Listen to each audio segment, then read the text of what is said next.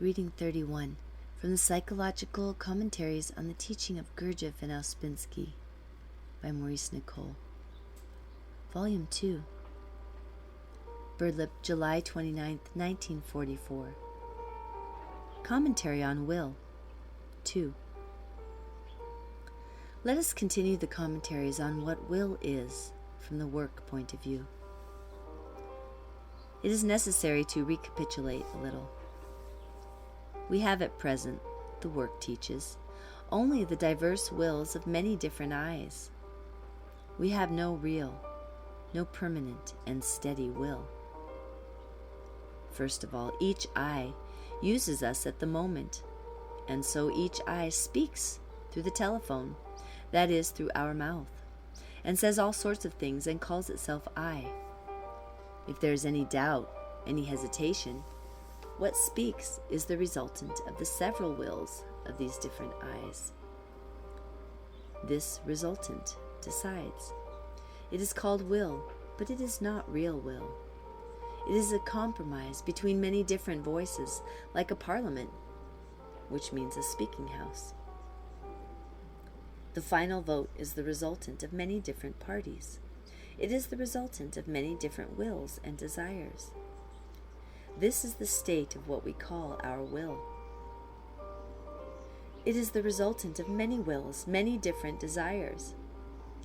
But real will cannot be a resultant, for will in a real sense is master and is above the desires of life and all life eyes.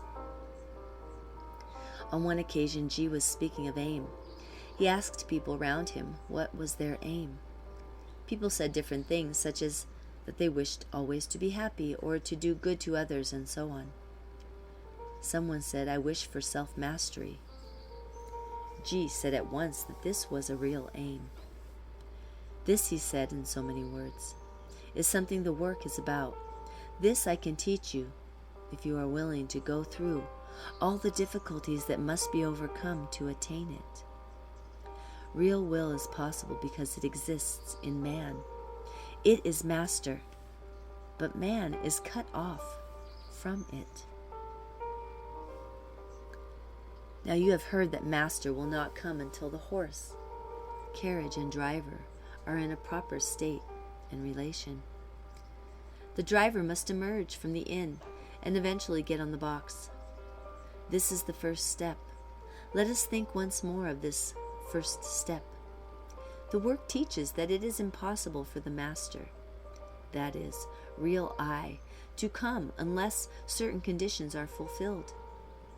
The first condition is that the driver, wasting his money in the public house, that is, in dreams and illusions and pictures of himself, and especially in imagining he is master of himself, wakes up and begins to see what he or she is really like.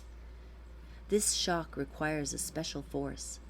I mean, people can even enter this work and yet remain for years in the public house, dreaming and pretending they are working. They merely add this work, like an extra cockade, to their dreams of themselves. However, no one can use the work in that way for long. In the full swell of personality, one may imagine one can strut about with an extra adornment, or use the work in some other way. The work, however, is rather ancient and well-versed, and no one can possibly deceive it.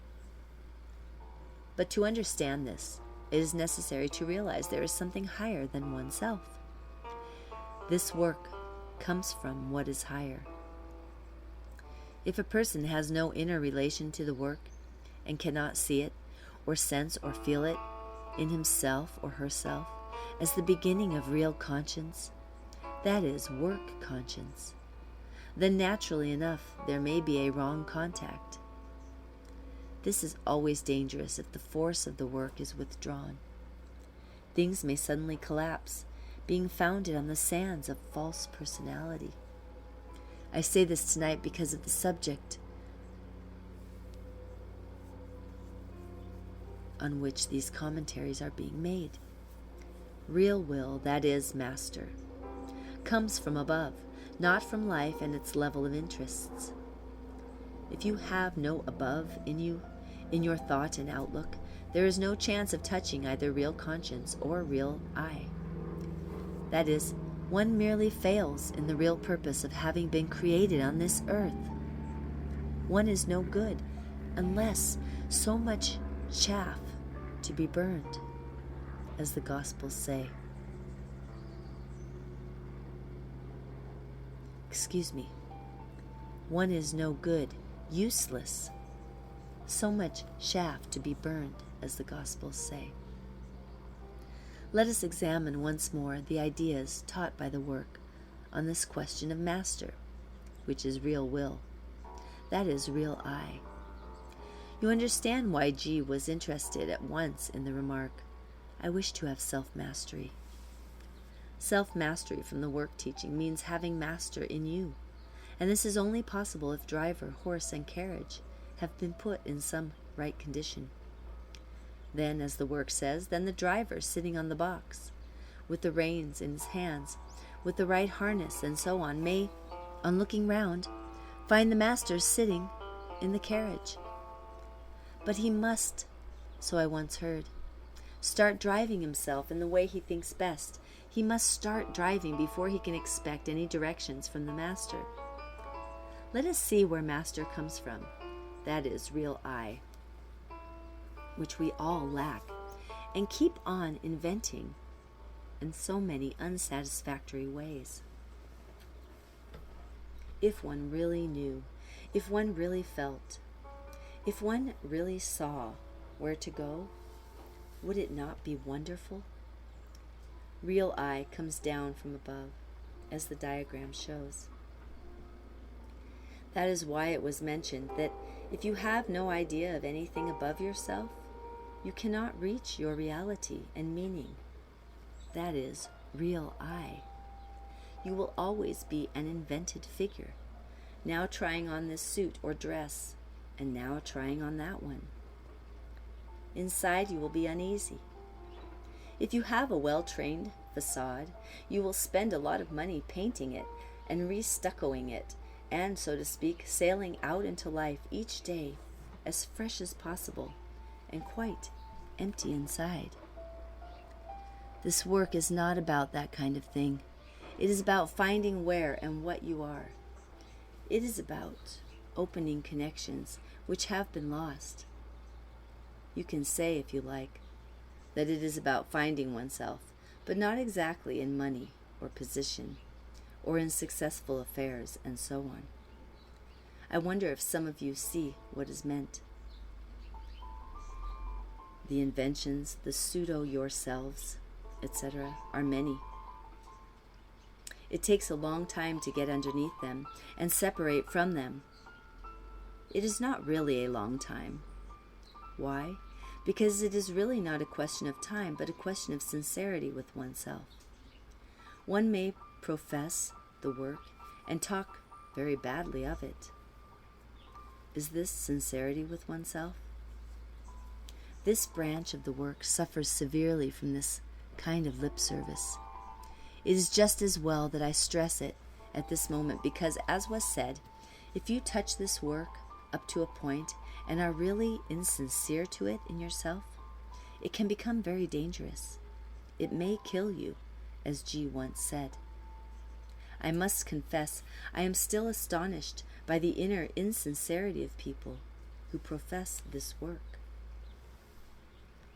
Now, what does inner sincerity mean in connection with reaching real I? That is, real will. Can you see any connection yourself?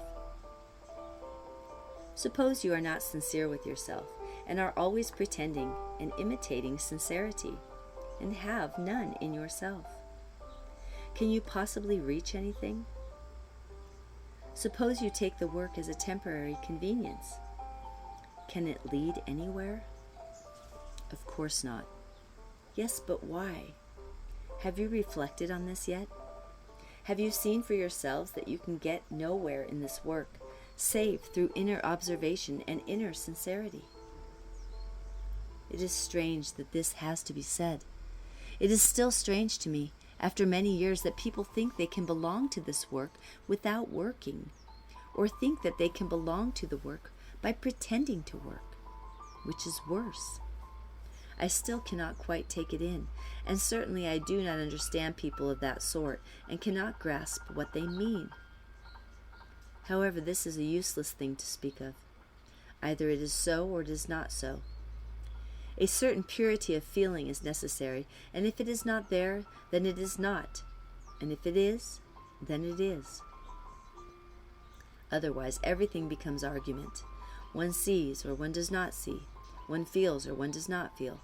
One understands something or one does not understand anything. Something is planted or it is not planted. Something grows or it does not grow. There is no argument possible. It either is or it is not. It is either worthwhile or it is not worthwhile. One either wants it or does not want it. One either values it or does not value it. There is no argument. Persuasion is useless. A persuaded person is worse than useless to himself or to herself or to the work. It is possible to buy a person for a time, but not necessarily a good thing. One cannot ransom another if there is no magnetic center. If there is not, then there is no magnetic center.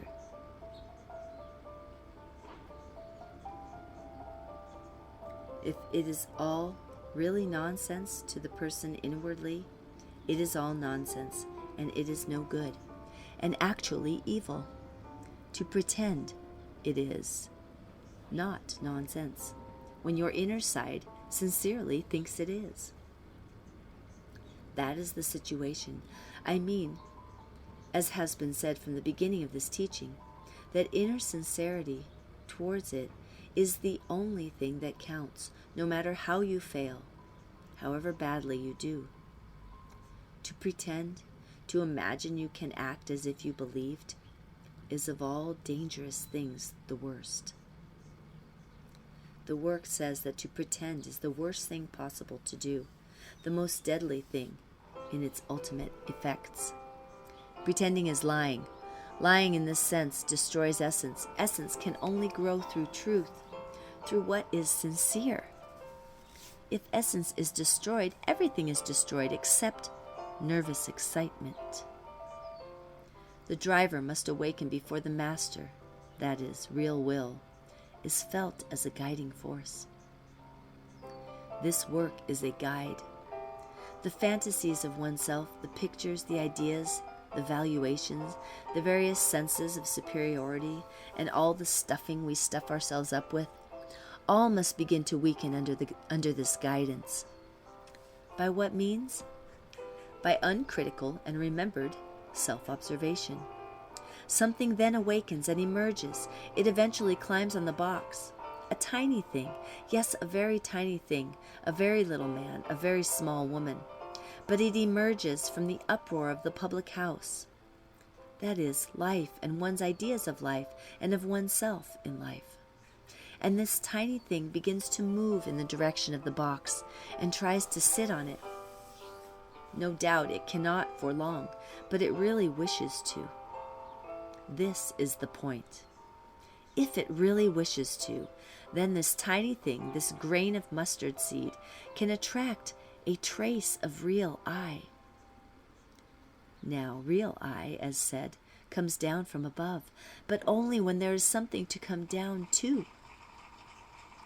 Let us speak of real will again, in connection with the feeling that there is something above, something higher than oneself, something beyond the level of one's inordinate and usually undetected self-love, self-will, self-liking, self-admiration, and self-exertions, beyond one's vanity and self-prejudices, beyond one's selfishness, beyond oneself. All work leads in this direction. All esoteric teaching leads in this strange direction. It is called a desert.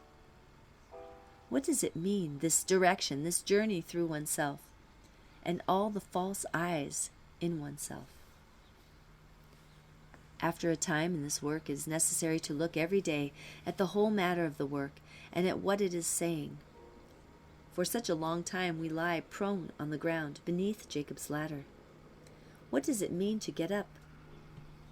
It is to get out of the public house. Jacob lies asleep at the bottom of the ladder. Yes, but what does it mean to get up? There is a very curious series of inner mental actions that lead us to get up. Have you ever had real, private thoughts? Thoughts that have nothing to do with outside matters, with passing examinations, with putting up your daily show? Have you ever really thought, quite deeply down, thought what it is all about and who you are, and so on? It is here, at this level, that the work begins and that real will begins. It is very difficult to describe. Such thoughts are not about duty or about other people or about keeping up your idea of yourself or power or money or anything like that. This kind of thought is very strange. One of the remarkable things about this indefinable kind of thought is that it easily understands the ideas of the work. It seems, in fact, to be the work itself. When you get away from yourself, you can reach this level of thought. But of course, for the time being, you do not really exist. You are nothing. It is not strange that here, at this level, you can find and see what real will might mean, and that you can realize that ordinary will, as it is called, is by comparison a lie and simply nonsense. In this state of thought and inner perception, you can even detect what it is you really need to do, which is always surprising, always something you could never have thought of yourself. And you then can know for certain that it is not self-will. But if there is no sense of the work, no affirmation of anything higher, no belief in influences coming down from the ray of creation, well, how can you expect to get even one single taste of what real will is? How, if you deny an unknown, can you ever expect to feel what you have as yet never known? Do you not know everything already? One is a small opera, a short play, always repeating. There are other larger operas, other longer plays. Yes, but who really feels this and acts on it? Who really feels deeply that he or she does not know? Who realizes his or her ignorance? One knows, surely? Is that not so with every one of you here? Well then, there is no room for anything else to enter in. One knows already. One knows everything. How do you think and move? Do you know? Just look and observe yourselves. You all act and think and judge as if you know already. The more you know, the less you know. Is this right? Of course. But have you seen both sides like that? When you feel you do not know, you feel deprived of personality. That is why we have to learn what it means not to be negative in the face of a possible new stage of understanding. You will never get to a new level if you are going to feel negative when your present level is attacked and diminished in self-importance. Will, in the work sense, comes from a level above the level one is at, and so is above all self-will and self-importance. Will is a higher influence, acting on you and responded to by you, if you can sense it. But how, if you are sure you know already, can you give room for anything new? It is our knowing, like that, that stops the first entry of new will. Change knowing, and you may feel something entering that is new, and often strange, provided you do not get negative. That is letting go. People often say that they do not know, and they are ignorant. But do you think they mean it? Do you really think you do not know? Don't you see that all your judgments and inner ways of taking your problems in life are based on the idea that you do know? And so, as a consequence, from this mess of wrong acquired knowledge, we live and condemn and quarrel and kill and argue and speak. All that is your machine. And have you noticed that most machines seem created for unhappiness? We are told to study our machines. Have you yet begun to separate from yourself, from your machine? How, if not, can you expect any taste of real will, of master? Why, there is no room for him. You know already, don't you? You chatter away and criticize all day as if you knew. You do not yet notice that you do not know, that you really have not yet the faintest idea, and that you are talking nonsense and lying all day. No, but why? Because there is no self-noticing, no inner sincerity, no pain with oneself about this thing to which one is bound, as to a huge machine of turning wheels of thought and feeling. How then can real will visit one, when one is so identified with all this machinery, and keeps on saying that it is I, and that it knows, and keeps on feeling one knows, and keeps on acting as if one knew? Catch yourself at the moment of saying something. Is a dissolving of personality necessary? Yes, certainly, a dissolving of false personality and all its imagination and illusion. This the work teaches. A realization of one's mechanicalness is necessary. This the work teaches. This is already a form of self-remembering. Will, real will, can find this level, the third level of consciousness. Then one feels a new taste, something very extraordinary, something delicate, vitalizing, full of meaning, not something harsh and negative and denying, as we think will is. How can we expect to reach such will if we do not take hold of the work and work? If we identify with everything in ourselves, if we think we are already conscious and have real will already, if we think we know and can do, if we believe we are one, if we live contentedly in negative emotions, if we always make accounts, if we ascribe to ourselves 101 qualities that are purely imaginary, if we justify ourselves all day long, if we never observe ourselves, if we never remember ourselves, and so on, then what can we expect? Have you noticed that the work is about, and is always saying? Real will comes from above, from a higher place. What does higher mean? Where we see one thing at our level, at a higher level, 1,000,000 things exist. We imagine will as inflexible, but we have to conceive that real will is infinitely flexible and discerning and ultimately contains all things, and so has direction towards fullness. This was called in the Gospels fullness of all meaning. However, I will try to explain it in this way. Real will is full of new meaning. It is not the absence of things, the negation and denial of doing things. Its real nature does not consist in the words, I will not. I will understand more, is a better formulation.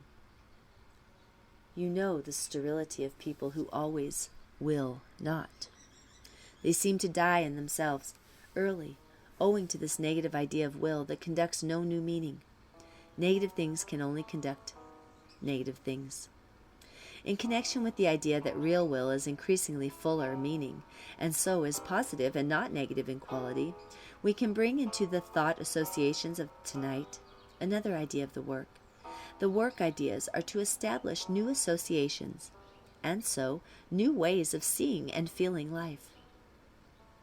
The ideas that can be brought in here is that of inner octaves.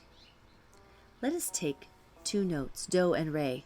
Between them a whole octave exists, namely do, re, mi, fa, sol, la, si, do. And again, between each of the notes of the small octave, a whole octave exists. Now, how is it possible to understand what is meant by this? What is meant is increasingly finer and finer perceptions, increasingly finer seeing of differences. Where one saw simply do to re, one now sees a whole octave of finer differences, and so on. And this means seeing finer and finer meanings. We imagine we know ourselves as others, or others. This is, as it were, do, re, on a coarse scale.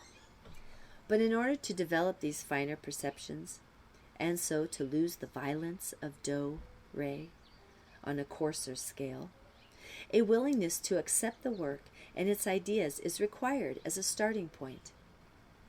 Then, by this first real willing, the work, that is, your own higher centers, can begin to teach you.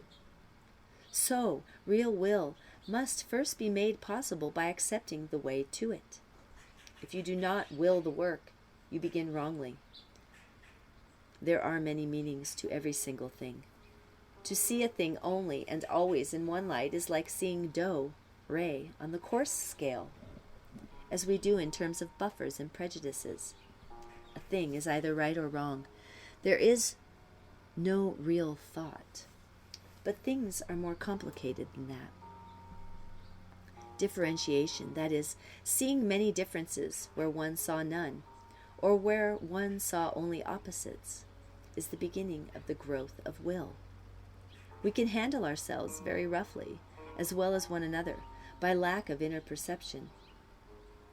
Mr. O once, when speaking of aim and will, said that at first it is as if we looked across a valley at night and saw a distant light which we wished to reach, and off we went, thinking it all quite simple. But between this distant light and ourselves lies the whole valley and many other smaller lights and many winding roads. When you think of what goodwill means, say, to the work or to another person, you realize perhaps that it can easily be self-will. Realizing this, you begin to see that real will means great meaning and great understanding and great flexibility and a great amount of going against what you thought best. This requires that active patience that the work demands, and which becomes so easy to understand once you cease to have illusions about yourself and your knowledge and your right judgments and all the rest of the lies that we try to live by. Patience of this sort is called in the work the mother of will. Now let us try to gather together some of the things said in this paper. People are often fond of doing things as they say. This they call will. They like arranging things and so on, doing things on purpose, as they say. This may certainly be right on that scale, but it is so often happens that they miss what is being done for them or do not see what is lying to hand before their very eyes. They go along one straight line and think it is manifesting will. On a small scale it is, no doubt, but can you all see that it is possible to miss so much by striking to one narrow line of self-will and mistaking it for real will? It is, of course, self-will, having your own way, being efficient, being first, and so on. But real will is different. It is, in taste, very gentle. When you reflect that external considering is realizing the existence of other people and seeing their difficulties from the realization of your own and acting accordingly if you can, then you will understand why I said in the previous paper that real will and external considering are closely connected. To see another apart from what you want to see and do is to take in new impressions. To take in new impressions is to have an increase of meaning, actually a new octave of force. To solve a problem apart from self-will, apart from having your own way. To see a solution from a new intake of meaning. This is one of the ideas of will in the work. To repeat, what, I asked Mr. O, is real will like? He answered, it is like seeing the solution to a difficult mathematical problem. That means it is a force that draws things together into an enlargement of meaning. Recollect that in higher centers there are no opposites, no contradictions. Try to imagine what it would be like to feel the influences of higher centers, in which there are no opposites, no contradictions. Then think of the level of will that we think is will, that is, self-will. Does it produce opposites on every side? The whole of the work, the whole pondering and feeling of esoteric teaching leads to real will, that is, master. So you will perhaps see in a practical way that unless you will this work from goodwill, nothing can happen in the attainment of master. This is why I have emphasized so much the question of inner sincerity to the work. This is why the work octave begins with evaluation of the ideas of the work, and why it starts from the level of being of a man who has magnetic center. This is the first sign of special being.